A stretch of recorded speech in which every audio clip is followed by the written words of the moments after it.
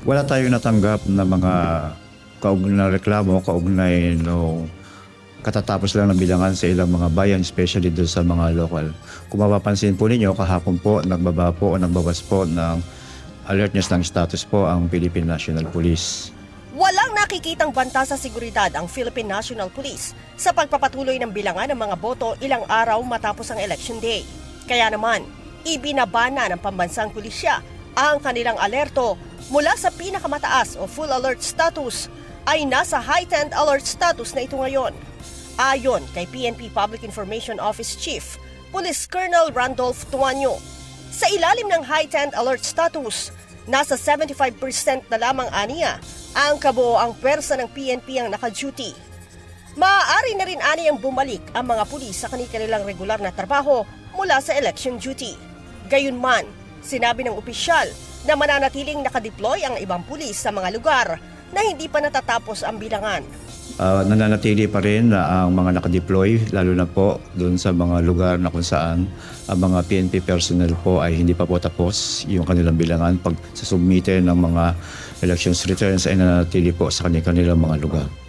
Samantala, simula umpisa ng election period, ay nakapagtala ang PNP ng 169 na iba't ibang insidente hanggang kahapon May 13.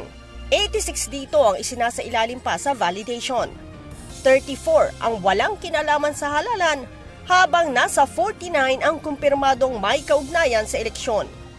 Sa 49 na validated election-related incidents, 25 ang shooting incident, 8 ang threat incident, 3 ang vote buying, 2 ang pagpapaputok ng baril, harassment, mauling at natagpuang pampasabog.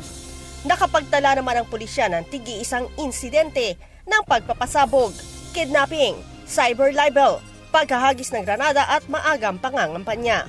Yung suspected natin po na election-related incidents, yan ay madidistribute pa doon sa validated election-related incidents at doon sa validated na non-election-related incident.